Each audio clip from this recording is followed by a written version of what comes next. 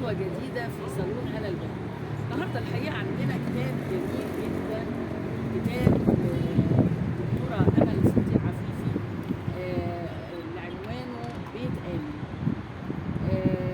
الحقيقة إن إحنا عشان نتكلم عن الكتاب لازم أقول لكم أمل صديق عفيفي أول مرة في صالون هلا البنا نستضيفها. أمل يعني بتجمع ما بين حاجات كتير، هي أستاذة جامعية، أستاذة في إدارة الأعمال وده التخصص بتاعي. أنا متخرجة. دكتور صديق عفيفي درس لي تسويق في كلية التجارة جامعة القاهرة، يعني إيه في ارتباط قديم جدا بيني وبينها.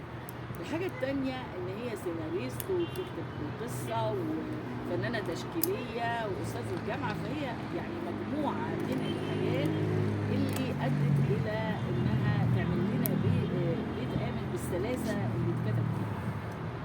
أمل يعني اتولدت في إنجلترا واتربت ما بين تعليم مصر وإنجلترا ودرست هنا في جامعة طيبة، وعندها يعني اتصال واسع بالحركة الثقافية المصرية، لأن عندها صالون من زمان بيستضيف الكتاب، ورسخت من خلال هذا الصالون قواعد ثقافية محترمة جدا اشتهرت. النهارده بيت آمن كتاب عن رحلة استشفاء، رحلة خروج من الألم أو التعامل معاه بصيغة أكثر إنسانية، يعني أكثر تساعد أمل نفسها على التعافي وتساعد كلنا نقرأ هذا الكتاب على التعافي أيضا. ودي مسألة أصبحت موجودة في كتير من المراكز اللي بتعالج الإنسان اللي بيمر بكارثة إنسانية، فبتكتب يعني إنها بترشح، الدكاترة بيرشحوا كتب معينة اللي هي إزاي الإنسان عرف طريقه في إنه يتعافى من المشكلة النفسية. وأنا برشح هذا الكتاب للتدريس في مثل هذه المراكز، لأن أنا مريت بالتجربة دي قبل كده في رواية ضي الألم، وفعلا هي بتدرس بنفس الطريقة. أنا مش عايزة أحكي لكم الكتاب، بس أنا انبسطت جدا من الكتاب.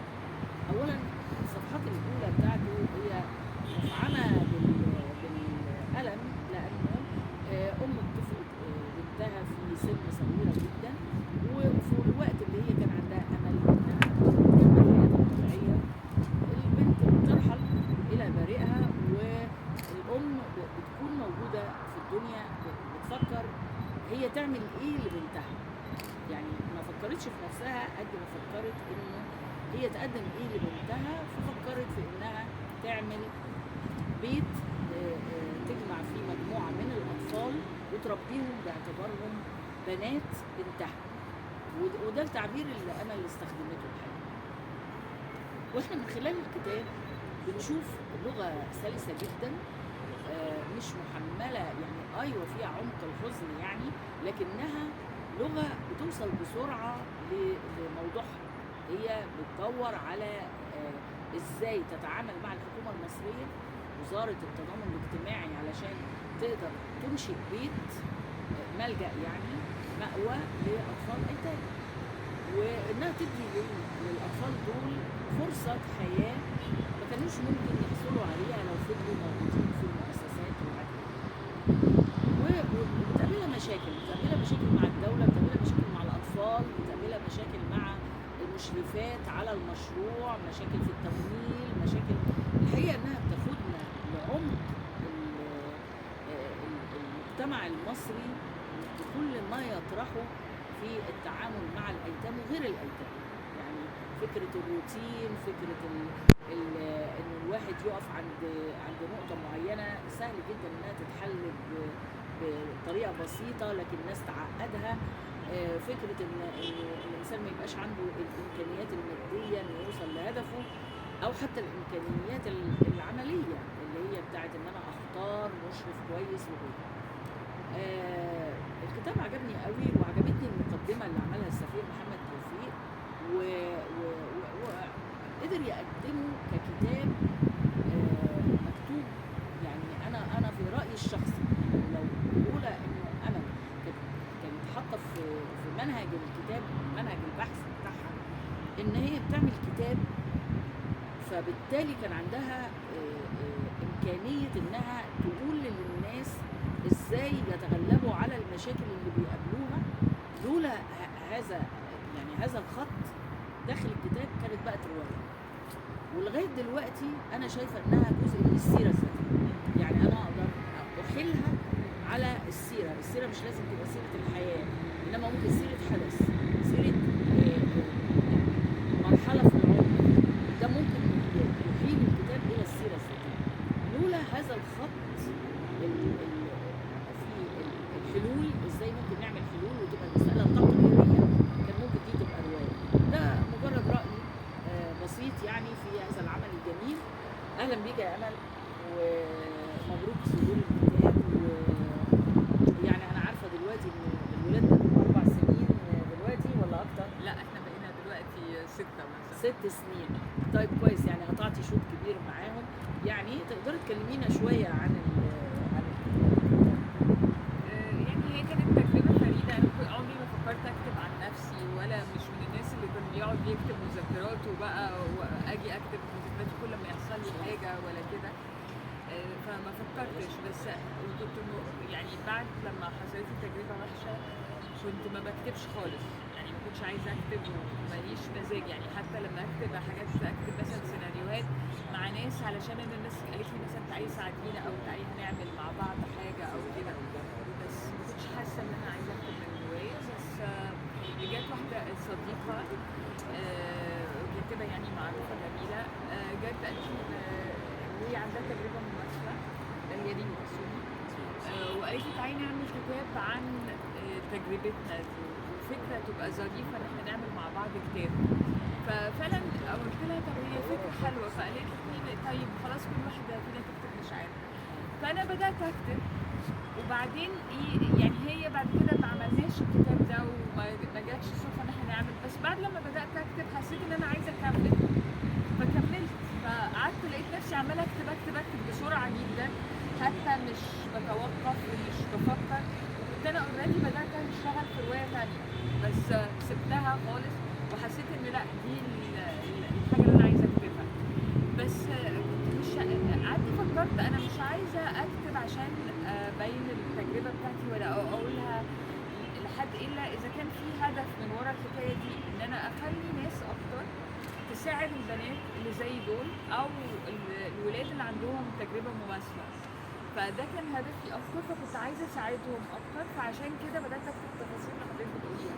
يعني ما كانش في مخي ان انا انشر روايه ولا ما انشرهاش. حتى بعد ما خلصت خالص كنت متردده جدا ان انا انشر الكتاب ده ولا ما انشرهوش اصلا. يعني قعدت فتره وقعدت مثلا اجي مره اقول لها ايه رايك انشر؟ لا اقول لاستاذ محمد طب ايه راي حضرتك انشر ولا لا؟ يعني كنت حاسه خايفه كمان البنات لما يكبروا ويشوفوا الكتاب انا مش كاتبه اسمهم ولا كاتبه حاجه عنهم هم خالص. بس كنت حاسه مثلا ايه، طب هم جايز يتضايقوا لو شافوا مثلا ايه اللي حصل، او ايه القصه اللي ورا ان انا اخدتهم او كده. كده. وبعدين قلت لا، هو الهدف الاهم ان انا اوصل لناس اكتر، وان هم فعلا يساعدوا ناس اكتر، وتبقى لانه في حاجات مشاكل كتير قوي حصلت في الملاجئ عموما وبنسمع عنها كتير. والفكره بتاعت البيت ده انه يبقى حاجه صغيره وانه يبقى كأنه عيله، فعيله احنا عايشين مع بعض. انا هم مش عايشين في بيتي بس عايشين جنب بيتي، فبالتالي انا بعدي عليهم كتير، وهم نفسهم يبقوا 4 اخوات بس، والمشرفين زي فكره الام او الاب يعني. وانا بقى طول الوقت بعدي عليهم، بشرف عليهم، ببقى موجوده معاهم وهكذا. فكانت الفكره انه يبقى عدد صغير مش عدد كبير، مش 30 واحده عايشين في اوضه عنبر ويبقى دورين فوق بعض السراير وكل واحده مش واخده الاهتمام الكافي. لا، احنا عاملين اهتمام كافي. انا صحيح ما اقدرش اتبنى او ادخل حد في بيتي، وبالتالي ناس كتير ظروفها برضو ما تسمحش، ممكن عشان ولادها، علشان مثلا كبرت في السن، علشان اي سبب. لكن فكره ان يبقى في حاجه صغيره برضو بديل عن الملجأ الكبير اللي فيه ناس كتيره، دي فكره جيده وبتخلي يبقى في رعايه اكتر للولاد، واهتمام بقى بمشاكلهم الشخصيه اكتر، وان انت مركزه على كل طفله منهم اكتر. فهي التجربه كانت بداتها استاذه نبيل حباك، وقتها كنت انا اول بيت امن، وبعدي جاب بيوت تانية بقى، يعني ناس بدات تكفلهم، وفي ناس بدات تكفل في بيتها ويبقى لها مثلا زي راتب من الحكومه او حاجه زي كده، فبداوا يعملوا شكل تاني بحيث انها تبقى شغلتهم، يعني حتى انها يعملوها زي كده. احنا مش كده، احنا لا، احنا مش جمعيه ولا حاجه من الحاجات دي. فبس هي انا لقيت ان انا من اول لما بدات الفكره دي وهي الدنيا سهله، بالعكس انا ما كانش عندي مشاكل تمويل، لقيت كل حاجه بتتسهل. يعني انا مثلا كنت عايزه اشوف لهم بيت يكون جنبي، وبعدين قلت بقى انا ساكنه في شيخ زايد، قلت شيخ زايد هتبقى اسعار غاليه وازاي وما اعرفش ايه، قلت خلاص انا هاجر بيت عشان يبقى بيت صغير ويبقى معقول. وانا بدور على البيوت بس عماله اقول بقى رجل جوه رجل بره، لسه متردده انها مسؤوليه كبيره وكده، فعماله اقول طب خلاص انا مش لاقيه بيت، لا انا مش عارفه ايه. وبعدين انا معديه كل مره بعدي قدام كومباوند كده انا بحب شكله قوي وبحب عماراته قوي، قلت طب هسال. فرحت دخلت اسال، فلقيت الراجل قال لي في شقه وميه، لسه الراجل بيقول لي عليها النهارده اول يوم، فقلت له طب خلاص انا هاجي ابص عليها. فرحت بصيت عليها، قال لي بس هي مش ايجار، دي لازم تشتريها. فجيت بعد كده لقيتها بالتقسيط على وقت طويل، وطلعت تبع كومباوند من الحكومه يعني من فوايد، ولقيت مبلغ صغير واقدر عليه، يعني عماله تتسهل، ولقيتها اسهل من ان انا بالعكس اجر وابقى قاعده عندي مشكله في الايجار والبيت فاضي ولا ما فيش ومعرفش ايه. فلقيت الدنيا مشيت كده بسرعه. فاول لما عملت البيت وبعدين بدات ان انا ابص، طب هبص على البنات، بدات ابص على البنات، لقيت كل شويه الاقي بنت هي دي اللي انا عايزه اخدها، دي جميله وحقيقي حباها من جوايا. فلقيت ان العمليه سهله جدا، يعني زي ما يكون يعني دافع من بره من قدر او من كده ان البنات دول ابقى مرتبطه بيهم. وحاجه غريبه جدا، يعني انا عايزه اقول لك من ساعه لما انا اخدت البنات عندي مشاعر مشاكل، يعني انا استغربتها جدا الموضوع ده، يعني زي ما يكون ربنا بيحط في قلبك حب ليهم فعلا حقيقي. يعني انا كنت متخيله ان هم هيبقوا غربة عني، كنت متخيله ان انا ما اقدرش احب حد بعد بنتي، كنت متخيله ان انا لا انا مش قادره على واطفال صغيره بقى، انا لسه هبدا من الاول وما اعرفش ايه. لا بالعكس خالص، يعني زي ما يكون ربنا حط زي ما يكونوا احفاد بالظبط، وربنا حط في قلبي كده حب ليهم، واستحملهم ويجوا يقعدوا فوق رجلي ويجوا يقعدوا فوق كتفي وعادي خالص، واقعد العب معاهم وحاجات كده، يعني بالعكس خالص ارتبطت بيهم بسرعه جدا، وكانت حاجه غريبه يعني هي كانت تجربه لطيفه وحبيت انقلها. جميل قوي. انا هبتدي بالسفير محمد توفيق. يا ريت تيجي تكلمنا ليه كتبت المقدمه وكلام، تعالى مكان بقى. اقوم انا ممكن نحط كرسي كمان، ممكن كرسي تاني. اتفضل. ممكن نوسع دوت مساء الخير يا سيادة السفير. انت احكي لنا حكايه المقدمه، يعني ليه يعني قررت ان انت تكتب المقدمه دي، وامل اتكلمت عن انك انت يعني ساعدتها على انها تنشر الكتاب، وانا كان عندي تجربه، انا قعدت 18 سنه كتابي في الدور، يعني لما حد شافه اتنشر فهو كده. اتفضل. الحقيقة إن الدكتورة أمل حسوسي شخصية مميزة، كاتبة أديبة مبدعة، عندها تنوع، عندها طاقة كبيرة جدا، عندها حب العطاء. لما هي يعني بحكم صداقتنا وريتني الصور بعد كده، فانا الحقيقه كنت متوقع انها هتبقى الصور ده عباره عن تجربه انسانيه، لان تجربه انسانيه تجربه، وهتبقى يعني صب على هذا الامر، لكن وجدت ان المساله اكثر عمقا مما كنت اتوقع. ليه؟ لان الدكتوره امل حطت ايدها على جوهر كده من الحكمه والفلسفه، وهو البشريه. لان طبعا مشكله الفقدان، مشكله الفجيعه، مشكله الانسان دي مشكله عندنا كلنا، عند كل البشر، دي جزء من الحياه، لكن كيف يتعامل الانسان معها؟ فهي توصلت الى الحاجه اللي هي من خلال تجربتها الشخصيه توصلت الى الحكمه الاساسيه، وهي ان المخرج الوحيد من هذه الازمه هي العقل.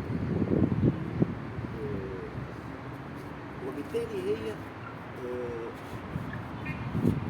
ما انحصرتش او ما اتحبستش في هذه التجربه الأولى، لكن خرجت منها من خلال العقل. احنا عندنا الكتاب ده عباره عن مستويات كثيره من العطاء، يعني عباره عن تجربه. فده السبب ان انا حمست جدا وشجعتها جدا على المشروع. ليه؟ لانها اولا تشجع، يعني بتوضح الطريق من خلال تجربه شخصيه، وكلنا بنعاني منها في لحظه واخرى. وفي ناحيه ثانيه بتدي طرق فعلا لحل مشاكل اجتماعيه موجوده عندنا. يعني احنا الدكتور عمل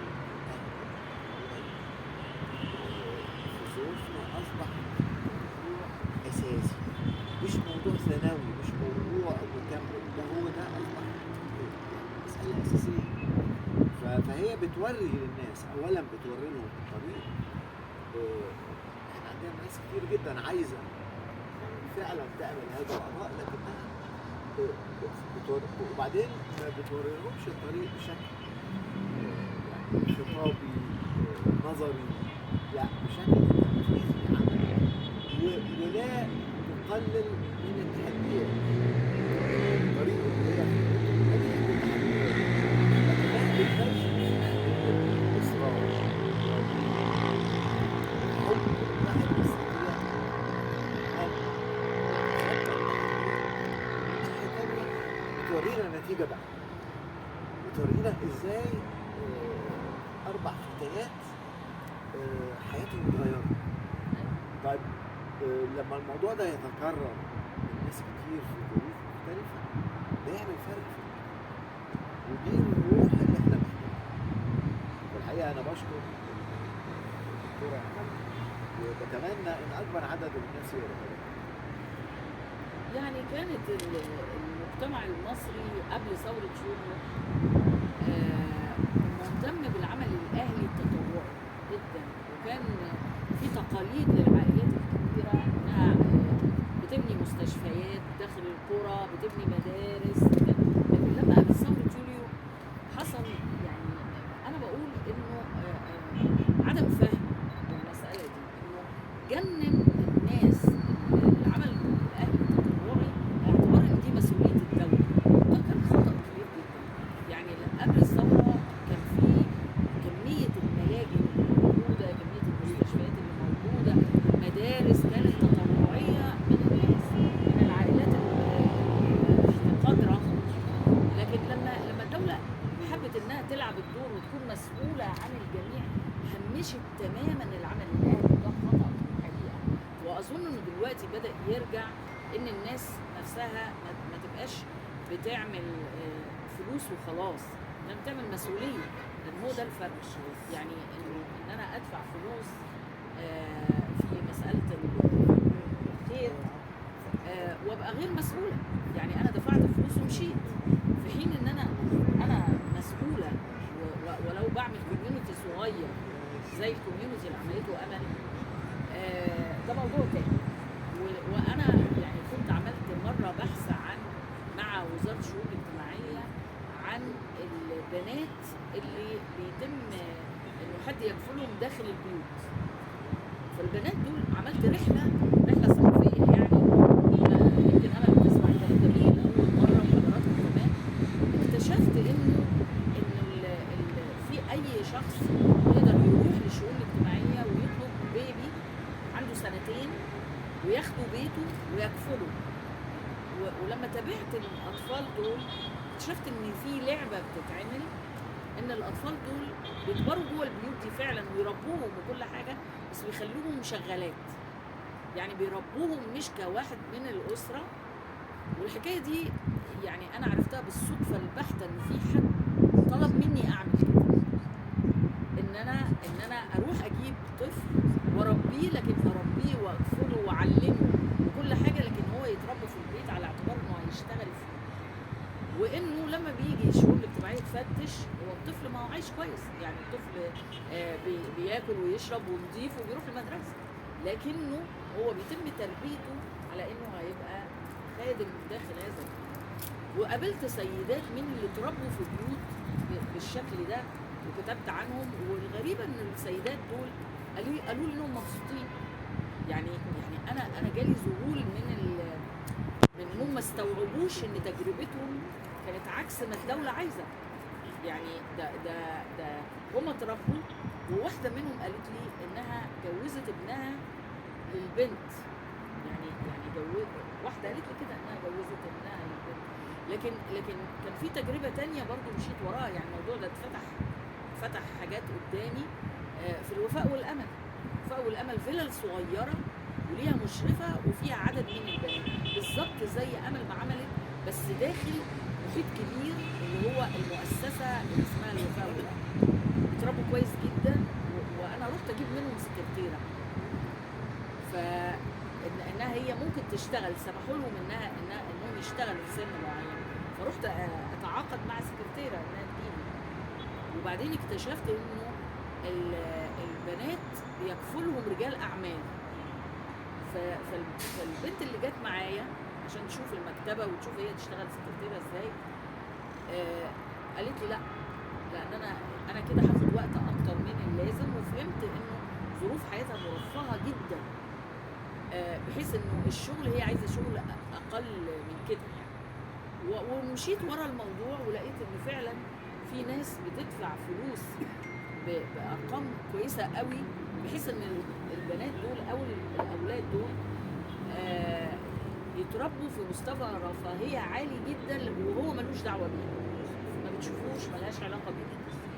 بس الصبيان لا، الصبيان اكتشفت انهم بياخدوا سكه بعد سن معين مختلفه تماما، مفيش رعايه كافيه، بيخافوا على البنات قوي. فانا بقول لك الكلام ده لانه يا ريت المجتمع يهتم بفكره ان هو يبقى متدخل، بس متدخل بحيث انه يربي اجيال من نوع تاني. طيب في حد يحب يتكلم عن الكتاب؟ حنان ده اتفضلي. ميرسي يا سياده السفيره، شكرا. بس لا تعالى سيادة السفير، انا هاجي هنا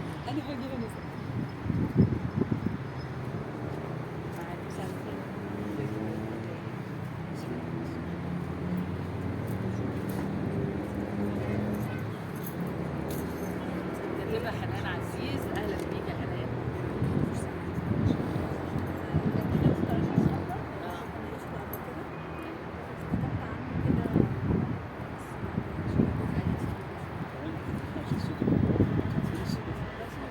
رقيقه اعملي طيب، لا احنا لازم علي صوتك بس.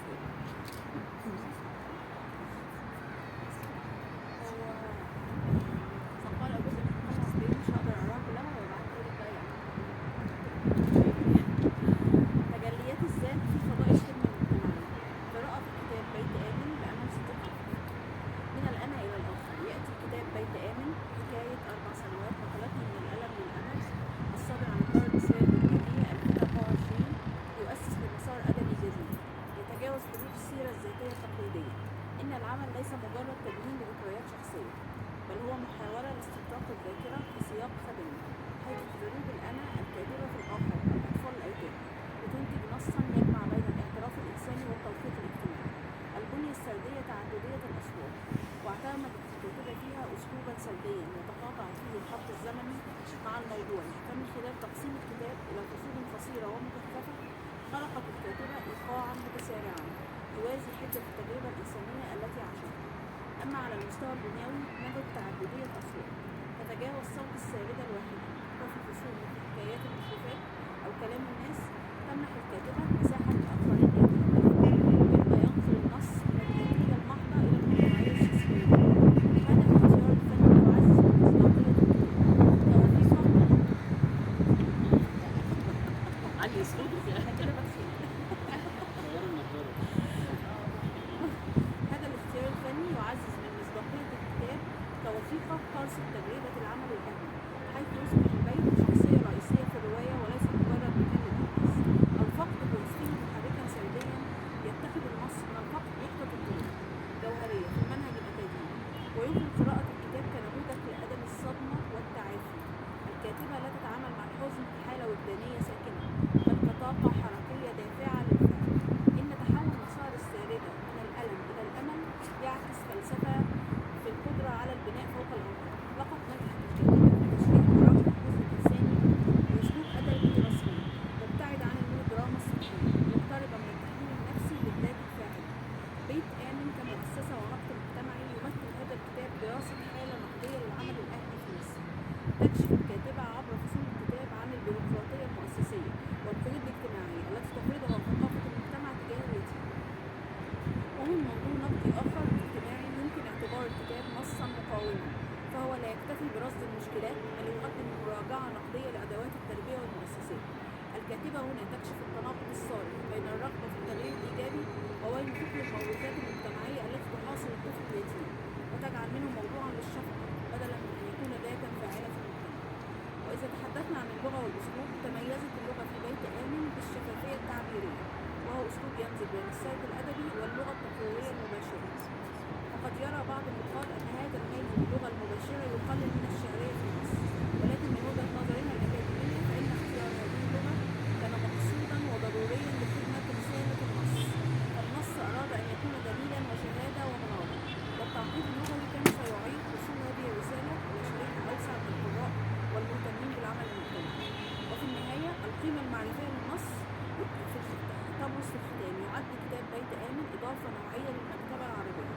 نجحت أمل صديق عفيفي في خلق توازن صعب بين الذات والموضوع، محولة تجربتها في إدارة بيت للأيتام إلى أطروحة إنسانية حول كيف يمكن للعمل التطوعي أن يشفي الجراح الشخصية. إن النص يتجاوز حدود الحكاية ويصبح دعوة لإعادة التفكير في مفاهيمنا حول الرعاية والفقر والمواطنة. إنه وثيقة أدبية تدرس بكونها تجربة فريدة في تأكيد الألم وتحويله إلى بناء مؤسسي مجتمعي. واحنا بقى دلوقتي بنتطور كنقاد، يعني حاطين ايدينا دلوقتي على هي بتدخل اكاديميا. بنلاحظ التطور بتاع حنان من كاتبه. لا يا ستي بتتعلمي من الجامعه اللي دخلتيها، برافو عليكي. يلا يا دكتور احمد، واحنا في انتظارك برضه.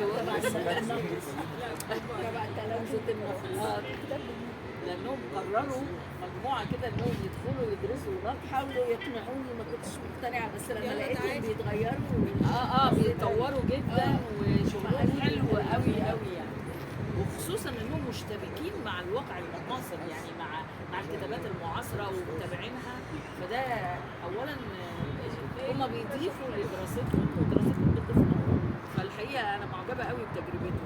اتفضل الشاعر والنقاص احمد حلمي. اتفضل يا سيدي. والناقد طبعا. مساء الخير. حاولت اخد منظور مختلف شويه عن الكتاب، ولقيت ان هو بيحقق بعض السمات، فعملت قراءه مختصره للنص. هو اكتر حاجه لفتت نظري في النص هو كان نص ادبي لكن نون فيكشن. احنا عندنا نقص في التصنيف في المكتبه العربيه بشكل كبير، فدي كانت من اهم النقط اللي عجبتني، فدخلت له كنص نون فيكشن بس لقيته بيحقق حاجات تانية وفي سمات ادبيه مش يعني حاضرة وبقوة خلتني أطلع المنظور اللي هو مغير شوية. هنا النص بيتجاوز حدود البحث الذاتي في أدب المذكرات، وبيصنع ما يمكن تسميته فضاء سردي يحمل سمات التشكيل المشهدي. هنا النص ما بيتكلمش عن تجربة الفقد قد ما هو بيعرضها مكانيا ودراميا. فلو نظرنا من منظور فينومينولوجي يعني بجماليات المكان ودراماتورجي بحل آليات العرض والصراع، هنقرا العمل كخشبة مسرح نصية تتصارع عليها الإرادات وتتحول فيها الجدران والأشياء إلى شواهد حية على رحلة التطهير النفسي. بالاستعانة بتنظيرات جسد البشر في جماليات المكان، سنجد أن العنوان ذاته بيت آمن يزيح الشخصيات من المركز الأول ليضع المكان بطلة مطلقة للسبب. المكان هنا ليس حيزا هندسيا محايدا، بل هو الدرع الوجودي الذي تحتمي به الذات المنكسرة في مواجهة عالم خارجي معادل. الصراع المكاني ينبني في النص على تقابل حاد وعميق بين فضاءين مركزيين. الفضاء الأول هو غرفة الابن الراحل، فضاء مشبع بالغياب يمثل نقطة الانطلاق التراجيدية ومقر الانتصار حيث كل زاوية تذكر بالفقر. الفضاء الثاني هو البيت الآمن الذي يتم تشييده لمقاومة قسوة الخارج والموت. الكاتبة هنا لم تكن تؤسس دارا للرعاية بالمعنى الإداري، بل كانت تبني فضاء مسرحيا جديدا تضع فيه قواعدها الخاصة. الجدران، الأبواب، الغرف، مساحات اللعب كلها تشكلت لتعويض الفقد واستعادة الإحساس بالأمان. المكان في هذا النص كائن حي ينمو ويتطور ويتشكل عبر الفصول استجابة لتطور الشخصية الرئيسية. في كتابات النون فيكشن لا توجد تفاصيل مكانية. من منظور دراماتورجي يمكن التعامل مع الأشياء المادية المحيطة بالشخصية الرئيسية بوصفها إكسسوارات مشهدية تحمل ثقلا دلاليا كبيرا. سرير الابنة، ملابسها، الأكياس القديم، حتى الكرات البلاستيكية التي تلعب بها الفتيات في الدار لم تكن مجرد أوصاف جامدة لتعبئة الفراغ السردي، بل كانت عناصر فاعلة في سينوغرافيا العالم الذي أمامنا. هذه الأشياء المادية تشارك بفاعلية في دفع الحدث، فهي ترى تؤدي بالحزن وتكون أداة لاستدعاء الألم، وترى أخرى تتحول إلى جسور مادية للتواصل مع الاعتماد. الفضاء المحيط بأشيائه يصبح انعكاسا للحالة الداخلية للشخصية، محركا بصريا يعزز حيوية النص بأن من الأشياء الصامتة شركاء في بطولة النص. بالنظر إلى البناء الداخلي خصوصا الحبكة نلمس تصاعدا دراميا كلاسيكيا، هنا كلاسيكيا بالمعنى الإيجابي. تبدأ الشخصية الرئيسية مسارها كضحية خاضعة لفعل خارجي قاهر، لكن سرعان ما تتحول إلى شخصية فاعلة تمتلك إرادة التغيير. هذا التحول يضعها في صدام مباشر مع قوى مضادة تتجسد في البيروقراطية المؤسسية. طبعا الناس كلها أشارت على هذه المنطقة لأن هي منطقة مركزية داخل النص. واللوائح العقيمة وجهل المشرفات والموروث الثقافي المتعمد. الصراع هنا ليس متخيلا، بل هو صراع إرادات خالق وحي يمنح النص إيقاعه المتسارع. في هذا السياق الدرامي يمكن تأويل حضور الفتيات اليتيمات وصفهن يمثلن دور البوقة أو الكورس المرافق للبطلة، مفهوم الدراما الكلاسيكية، من خلال صنعهن في البدايات ثم اضطراباتهن السلوكية الناجمة عن صدمات اللبس ووصولا إلى اندماجهن وضحكتهن في النهاية. يمثل هذا التدرج الصدى العاطفي والمادي الذي يواكب مراحل التطور النفسي للبطلة أو للشخصية الرئيسية أو للكاتبة على حسب المنظور اللي هنقرا منه. البوقة هنا لا تعلق على الأحداث بالشكل الدرامي الكلاسيكي، بل تتفاعل معها وتتطهر مع البطلة في نهاية المطاف. إجمالا بيت آمن مثال على مرونة أدب النون فيكشن وقدرته على استيعاب المناهج الجمالية والبنائية المتعددة، حيث نجحت الكاتبة في تحويل التجربة المأساوية الفردية إلى فضاء مشهدي متكامل تتفاعل فيه السينوغرافيا المادية مع دراما المكان لخلق دلالات أعمق بكثير من مجرد الرثاء. النص يقدم لنا شهادة حية على أن الإنسان قادر دائما على إعادة بناء عالمه، مستخدما إرادته كأداة لإخراج مسرحية حياته من جديد، تتحول الجدران الباردة إلى ملاذ ينبض بالحياة. جميل جدا جدا. واحنا يعني لا انت حببتني في الكتاب والله. احنا ممكن نبقى نسأل دكتور حسام عن فكرة النون فيكشن عموما في الأدب، يعني ممكن يقول لنا ده. الأستاذة هدى يعني أبو زيد بما انها صاحبة نمو هذا الكتاب وكانت موجودة جنب امل شاهد على الاحداث. هنا برضو نون فيكشن، يعني وجودك نون فيكشن، يعني وجود واقعي. فقولي لنا يعني رايك في الكتاب، وليه شجعتيها يعني على انها تكمل، ليه ما قلتلهاش ان ده ممكن يبقى روايه مثلا؟ هو احنا الحقيقه اتناقشنا في ده فعليا. يعني فكره ان هو يبقى روايه ولا نون فيكشن، احنا يعني ده كانت حاجه من الحاجات اللي امل من النوع الشخص الناس الموسوسه قوي في كتابتها، فبتقعد تطرح كل الاسئله اللي المفروض ان هي تبقى ريلاكس فيها وخلاص يجي زي ما يجي، لا هي بتبقى مهتمه جدا عشان استاذه جامعه. وعشان السيناريو، كتابه السيناريو دايما بتخليكي فيها ديسيبلين اعلى كتير من كتابه الروايه. بيكتب روايه بيبقى واخد حريته اكتر، السيناريو بيحط عليك حدود. الحقيقه يعني كتابه الروايه، سالتك يوم طي القلم اشمعنى اخترتيها روايه، لكن هو الفكره بتاعتها ايه؟ احنا محتاجين معلومات قد ايه جوه النص، ومحتاجين الادبيات الروائيه. خفنا او امل خافت انه لما يتعمل روايه وتبقى في دماغها انها روايه، انه هتبقى الجزء بتاع التعافي والحزن يغلب على الجزء اللي هي الهدف الرئيسي من النص، انه تعرض تجربتها، خصوصا تجربه الجزء بتاع النجاح فيها.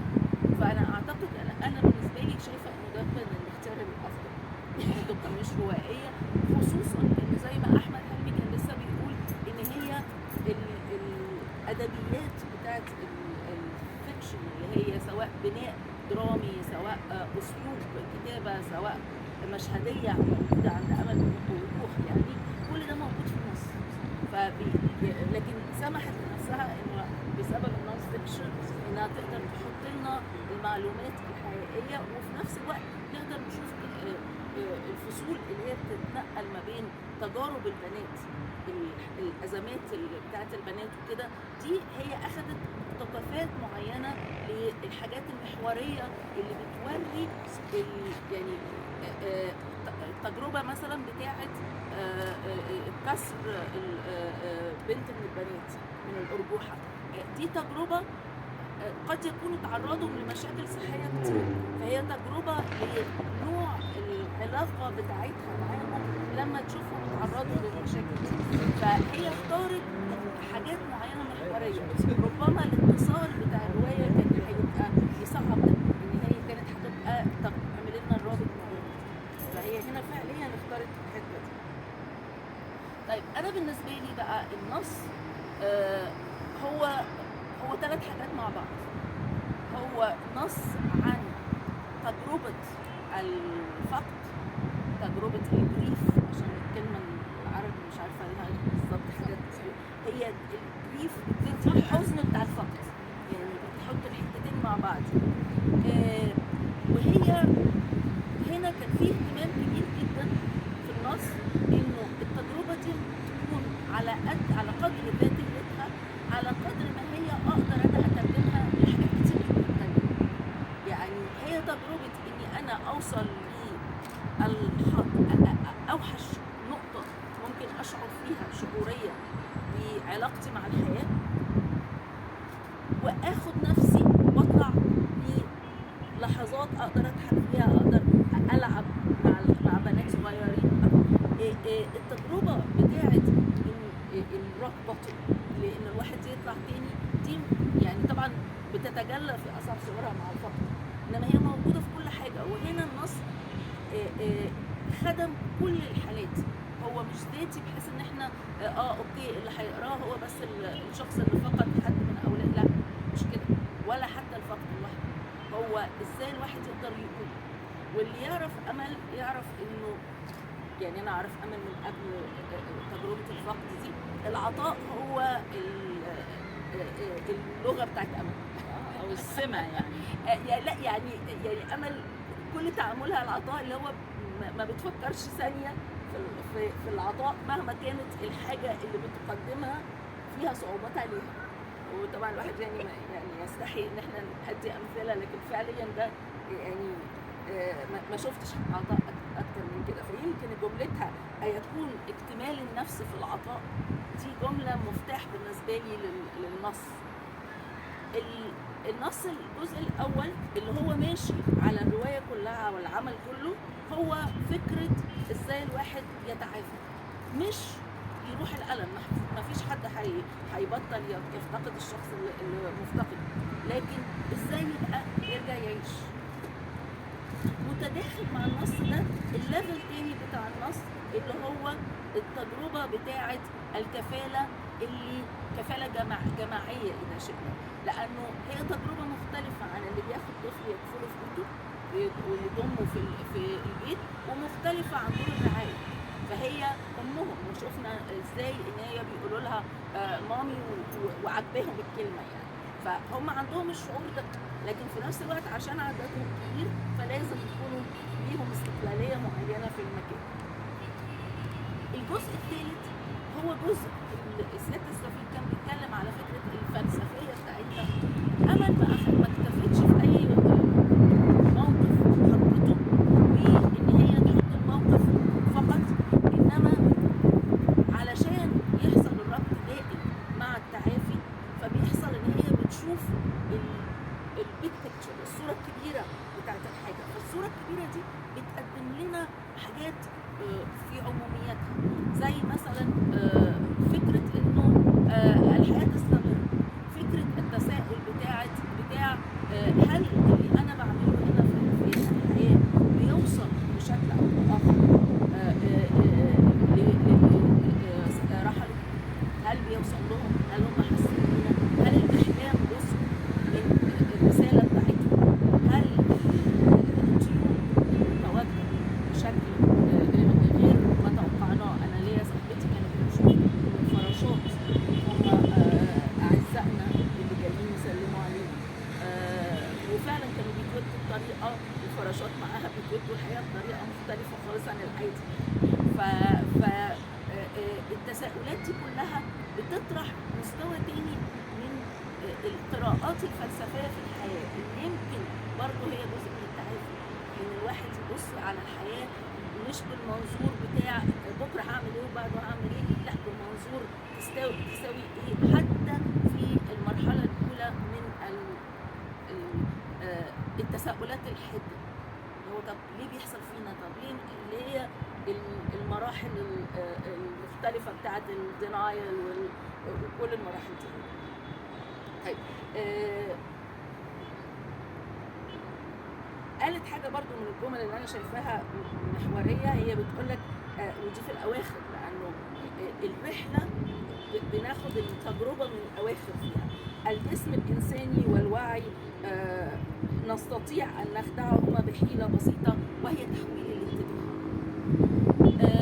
النص لما بدا، الحقيقه دي حته ادبيه انا يعني احب ان انا اقولها، اللغه، اسلوب الجمله، الفصل الاول الجمل كانت جمل متقطعه، الحدث فيها مخطوف بيعادل كل لحظه الارتباك اللي هي بتاعت ال 19 يوم دول. تلاقي الجمل معموله ايقاع ما بنلحقش نكمل الفعل، يكون حصل فعل تاني، الوشوش مطموسه عندنا يعني اطباء يدرون حاجات كده، هو بتلاقي على طول كانك بتتصور كده كصوره انه كل حاجه حاصله في ضبابيه شويه، رغم ان احنا بيتحدد لنا ده اليوم الاول اليوم الخامس مش عارفه ايه، لكن في الاخر بتحس انك انت لا عارف تحط نفسك على الارض ولا عارف تحط نفسك في زمن. فنقلت لنا الشعور ده. يجي الفصل اللي بعده بيتغير الاسلوب السردي، بنلاقي ان الاسلوب السردي اصبحت الجمله طويله جدا جدا لحد قاعد بيفكر في المشاكل وفي الحياه وفي كل الازمه اللي هو فيها. فلقينا نفسنا غصب عننا حسينا بلحظات احباطنا، اللحظات اللي بتحس فيها بهذا الاحباط وهذا التوهان. في نفس الوقت بقى لما بنبتدي نتنقل بتلاقي انه الفصول نقلنا على نوعين من التعافي، نوع فعلي بتقوم فعل ما، وهو الفعل دوت هو اللي بيحمل معاه الأحداث بتاعة الكفالة والأطفال وكل التجربة بتاعة البنات الأربعة، بنات لذاذ جدا. وكان ليا تجربة عظيمة، يعني فرصة عظيمة في حتة أمل بتقولها، إن أنا شفتهم وهم خارجين من أول مرة راحوا فيها السينما، وخارجين اللي هو انبهار. كان الفيلم بتاع كريم محمود عبد العزيز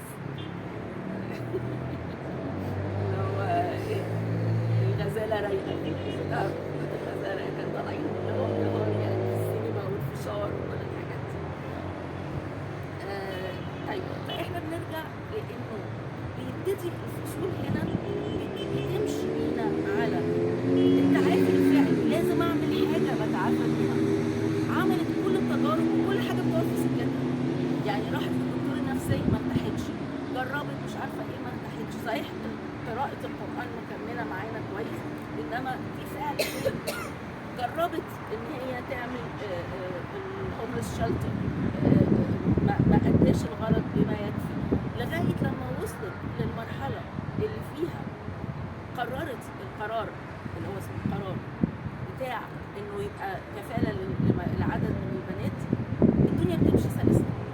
من ضمن على فكره الحاجات اللي امل قالتها عابره، بس هي الحقيقه من اول التسعينات، ان الدكتوره نيفين القباج اللي هي صديقه عزيزه علينا كانت وقتها هي وزيره القضاء، ورؤيتها عندها كان فيجن كبير جدا للحاجات دي هي. فبالنسبه لها عشان يعني بالنسبه لها نجاح التجربه انها تجربها في حد هي واثقه انه بيعمل ده من ضمن تسهيلات ربنا، انه في اللحظه دي يعني لو كانت الامور حصلت النهارده ما كانش هيبقى نفس الحاجه.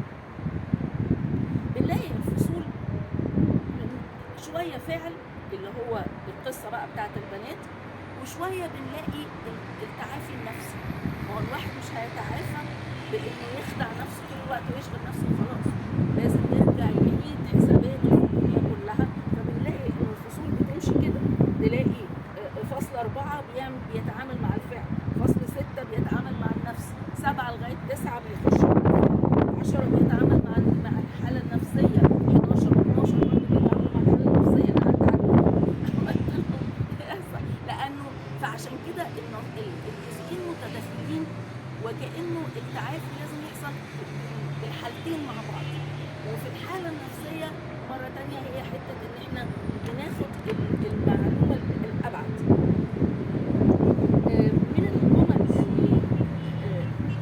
اللي بنلاقي انه لازم نواجه نفسنا.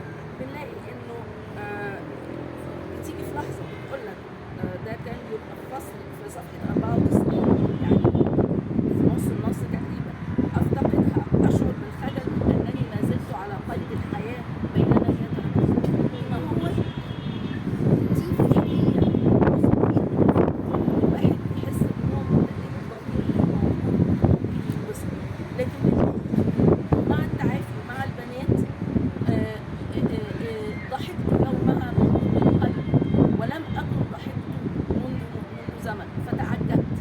هل بدأت نفسي تعرف الصفاء؟ في صفحة 99 بنلاقي انه التغير بيحصل بسبب التعافي. من الحاجات الجميلة جدا ان هي ما اكتفتش بانها قالت لنا ان التجربة نجحت ازاي بوجود البنات، انما الحقيقة دي حتة مهمة قوي قوي بخبرة امل، لانه امل الشخص اللي ربى اطفال قبل كده وشاف اثر التجربه عليهم وهم ادلت، بقى عندها الخبره والحكمه ان هي تفهم الاطفال الصغيرين وهم بيتربوا، خصوصا ان تجربتهم مختلفه. فبنلاقي ان واحده من الملاحظات هي ملاحظه انه الطفل الصغير قبل ما يتعلم يتكلم بيعمل تجارب كتيره، فعلى بال ما يكون يتكلم بتكون في حاجات بقت عاديه، بينما هم عشان محجوزين كانوا في دور الرعايه فبالنسبه لهم كل حاجه هيقدروا يعبروا عن انبهارهم واندهاشهم بيها.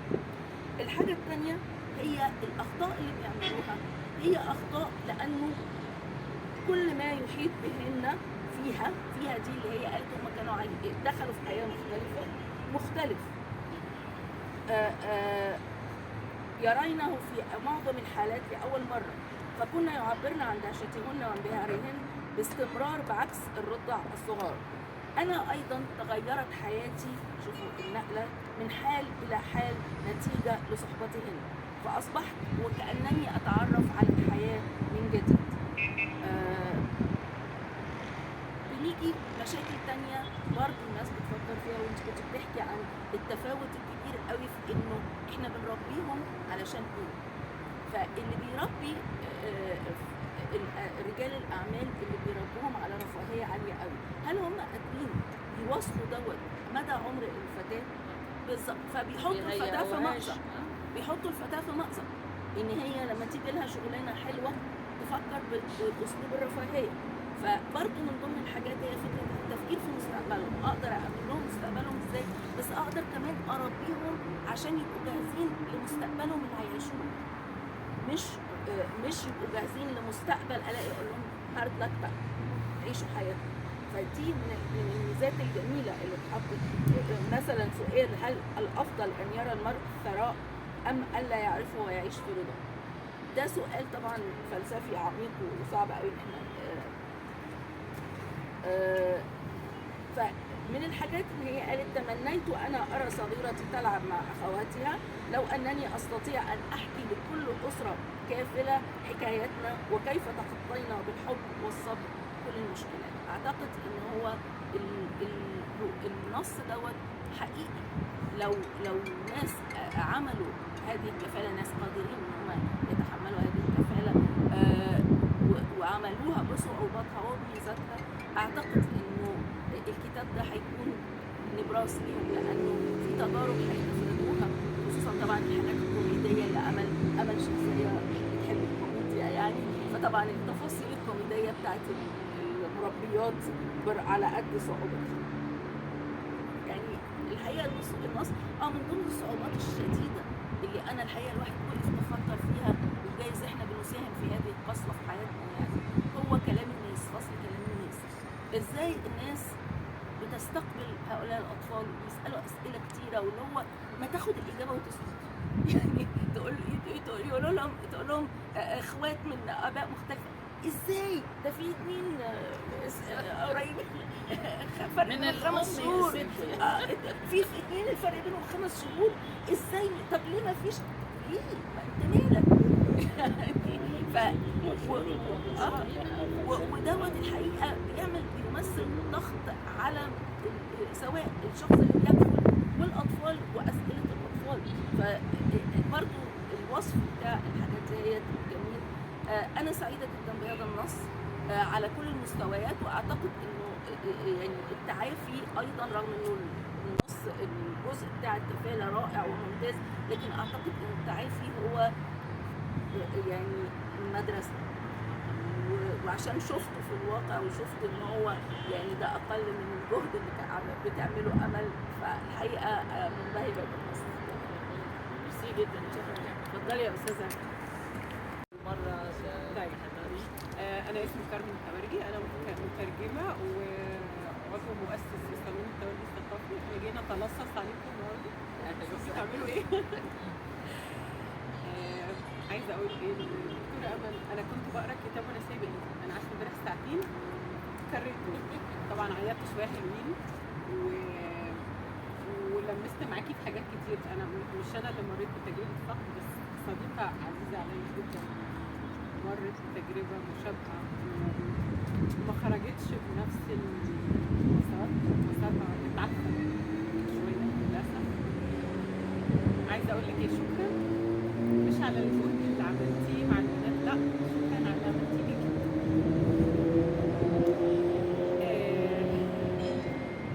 البنات ربنا يكون في عونكم، ولسه يعني ربنا يعينك على الأيام اللي جاية، المشوار صعب وطويل، بس أنا ممكن تدعي لي لما يروحوا يفتحوا دولاب البيت يشوفوا الفساتين اللي هتبقى بأسهم.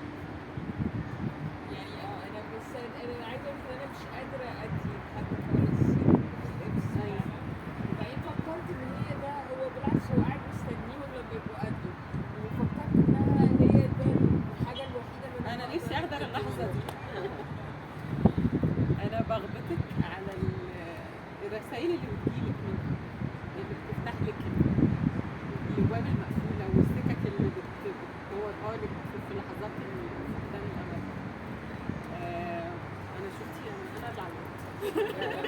خليها تعيط بلاش. بس لا انا بعيط علشان انا حبيت حبيت الجهد اللي عملته وحبيت اعاده اكتشاف كائنات تانية خالص غير اللي كنت تعرفيها، غير اللي ربطيها، كل عالم مختلف وكل واحدة فيهم غير التانية أكيد، كل واحدة فيهم ورت حاجة شكل غير التانية. حتة الفضول بتوع الأطفال الصغيرين هما كانوا اكتشفوا متأخر لما عودوا أنا قعدت أفكر في كل الحاجات دي، أفكر في ولادي هما صغيرين فضولهم كان عامل إزاي؟ طب عودوه إزاي؟ عودوه بينطوا على الأحداث ولا بيكبروا قبل سنهم ولا هيخرجوا من الدنيا الواسعة دي يكافحوا فيها ازاي؟ بس متأكدة ان الجهد اللي بيقف وراهم خطوة بخطوة هيفرق وهيبقوا شخصيات هيعملوا نفسهم بنفسهم ان شاء الله. بصي انا كان كل اي خطأ عملته قبل كده بحاول اصلحه معاهم، يعني انا بحاول ان انا مع اختلاف الارضيات، مع اختلاف الحتة اللي هم بدأوا منها غير الله يرحمه اكيد وبين ولادي يعني مختلفة، بس هي الفكرة ان انت يعني ايه عارفة لما كمان احنا دايما ضعفة قدام ولادنا قوي، بتبقي عارفة أسامة. ضعيفة، يعني مثلا أسامة. عايزة اعمل معرفش ايه، طيب ما يبقاش حاجة يعني لما تعمل مش عارف ايه، مع ده بس انت لما تيجي بقى تعالي. مش عارفة انت كده بتبصي بطريقة لا انا عايزاهم يبقوا متخيلين في المستقبل، مش هقبل انه يعملوا مش عارف ايه اللي انا ممكن اضعف واقول مثلا انا هقبل القواعد بتاعت النهارده هي اللي هتحدد ان شاء الله.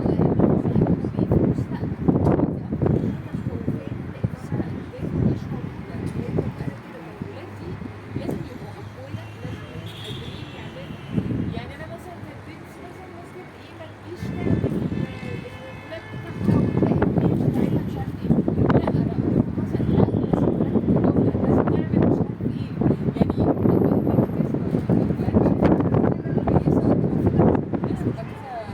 مع اولادنا في الاول، بس انا ما بقول يبقاش عندنا بتبقى قدرة. لازم في التجربه الثانيه بقى شفتي بقى ان انا عايزه المره دي اعمل المثال كويس. ربنا ما ميرسي جدا يا ستي، اشكرك.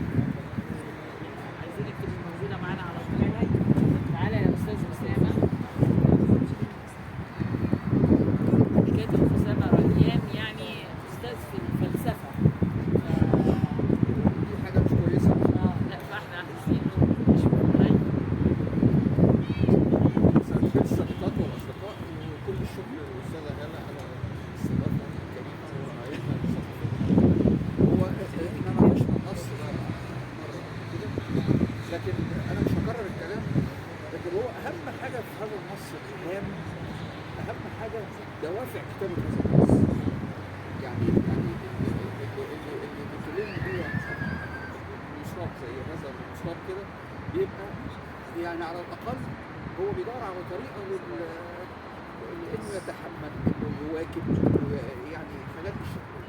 فانا اعتقد ان فكره الكتابه ودي اشير ليها في حاجات كتير قوي يعني قبل كده، لكن من اهم الناس اللي اتكلموا عن فضائل الكتابه بشكل واضح الراجل اسمه يعني كتاب مهم اسمه الاشارات الفكريه، لانه قال حاجه مهمه يجوز غير مسبوقه في ثقافتنا العربيه، كانت في حاجه ثانيه وقد تكون مستمده من حاجه، ان الكتابه هي ضرب العباده، وكأن من يكتب هو يتعلم، او في حالتنا دي ممكن اداه نوع من الاستشفاء. يعني قد يكون يعني ممكن خيالنا احنا ينشط في ظروف قاسيه زي يبقى الشخص يكتب، وقد تكون الكتابه نفسها، ولذلك هو البدايات هتبقى الكتابه في اشارات هنا زي ما غيرها. الكتابه كانت الجمل قصيره وخاطفه، وكان بيحاول الجمل القصيره الخاطفه دي دائما بتوحي كما لو كان في فكره او في حاله، وفي الكاتب او اللي بيكتب بيبقى بيهرب منها، لكن هي استرسلت استرسلت في الكتابه لدرجه ما بقى الحكايه انها بتصف مشروع انا في رايي ان هو من اهم المشروعات اللي هي دل على ازاي يحصل نوع من التكافل في المجتمع، وان كانت هي هنا متدخله بحيث تستمر في حاجه التربيه او كما يحدث في الاسر كلها طبعا ان وجود مولود او ضيف جديد يعني بيطرح دايما فكره ان يبقى في خطط لتناول هذا الجديد بحيث يطلع ازاي في افضل حاله ممكنه اللي بيتفق عليها اللي بيرى. فعشان كده جت الحكايه اللي هي بتاعت انشاء الدار ومغامراتها بقى مع البنات الاربعه دي مهمه جدا يعني لانها في علوم التربيه بتبقى ازاي بيتم التنشئه بالشكل ده. والمجتمع عندنا يعني احنا برضه ممكن نقول ان المجتمع عندنا يعني في قصور في التربيه ولذلك بيبقى دايما مرتبط يعني هذه المشروعات يعني مرتبطه بالمجهودات الاهليه غالبا. ممكن حتى بشكل مقارن نقول ان البلد دي زمان لما كان فيها طبقه يعني كان عندنا بنقول زمان كان في بشوات وكان الطريقه من التباهي انهم بيعملوا المبرات او بتتعمل حاجه بالشكل ده. طبعا مش عايزين نخوض في الشكل السياسي او الشكل الطبقي في المجتمع ده بقى عامل ازاي بحيث في مرحله ثانيه بقت المساله دي تبدو صعبه خاصه ان مثلا لو قلنا ان المجتمع بقى تسود القدر الاشتراكيه او كذا او كذا بقى اصحاب او ذوي اليسار اللي ممكن يقوموا بهذه المشروعات بقوا قليلين بحيث هذه المشروعات بتبقى دايما بتحطها الدوله او بتتدخل فيها بالشكل. الكتابه بديعه في مراقبه تربيه او تنشئه البنات، وانا برضو من الحاجات اللي تلفت النظر ان المشروع ده تبنى البنات ودي يعني سلاح ذو حدين ان احنا دايما مجتمعنا بيهمل دايما امور البنات او بينظر فيها باشكال غالبا مش مريحه او كده، لكن ده ما يمنعش ان هي هتحاول تنشأ يعني اجيال بشكل هي تكون راضيه عنه. ومثلا ممكن يبقى في فكره يتم التوسع بطريقه او اخرى في هذا الاتجاه. الكتابه بقى انا يعني عجباني اللغه طبعا اللي هي يعني استرسلت في انها بتصف بيها او بتكتب او كده، وكمان التفاصيل يعني حتى التفاصيل اللي هي تبدو بشكل ممكن يبقى قانوني مثلا مساله الكفاءه خاصه ان احنا مجتمعنا عن المنطقه دي شائكه فيه دايما مين هم دول اهلهم مؤهلين او كده. فهي الكتاب انا اعتقد بتكمن اهميته في نمره واحد ان هي حاله من الخروج من حاله طبعا ربنا معاها يعني لها. الجانب الثاني اللي هو الجانب المجتمعي بقى اللي هو يبقى علامه او يعني اشاره لان يا جماعه انتبهوا للحكايه دي خاصه احنا في ظل انفجارات سكانيه بتبقى واضحه اساليب الرعايه بتبقى برضه بتساهم بشكل دايما مشكله او كده. وانا بشكر. شكرا جزيلا يا أسامة. دكتور حسام جايل احنا عايزين نسألك على فكرة النون فيكشن. اسألك عن لأنه يعني انت ممكن توضح لنا نقديا يعني موضة النون فيكشن يعني عشان الزوم مساء الخير. انا لو بصوتي اقدر اعليها عشان تسمعك كويس.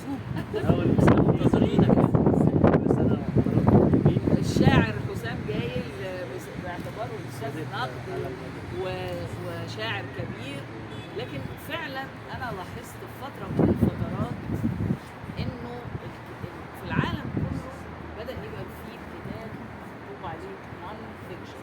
ايه الفرق بينه وبين الكتب الواقعيه حتى في الادب؟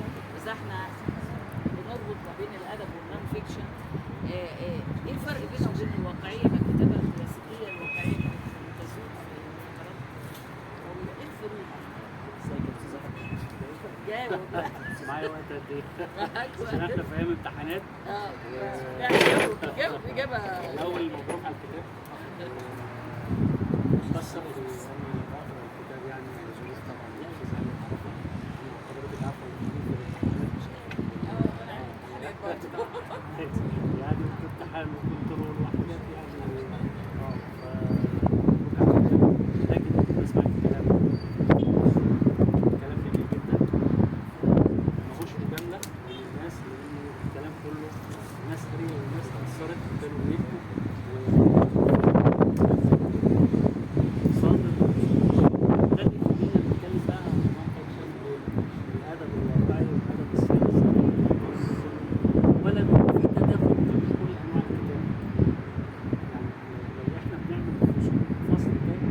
الدراسي ده بيبقى من قبيل التنميط والدراسه، لكن عموما مفيش اصلا فرق كبير قوي ما بين انواع الكتابه بالشكل ده، ولا ما بين السرد وما بين الشعر.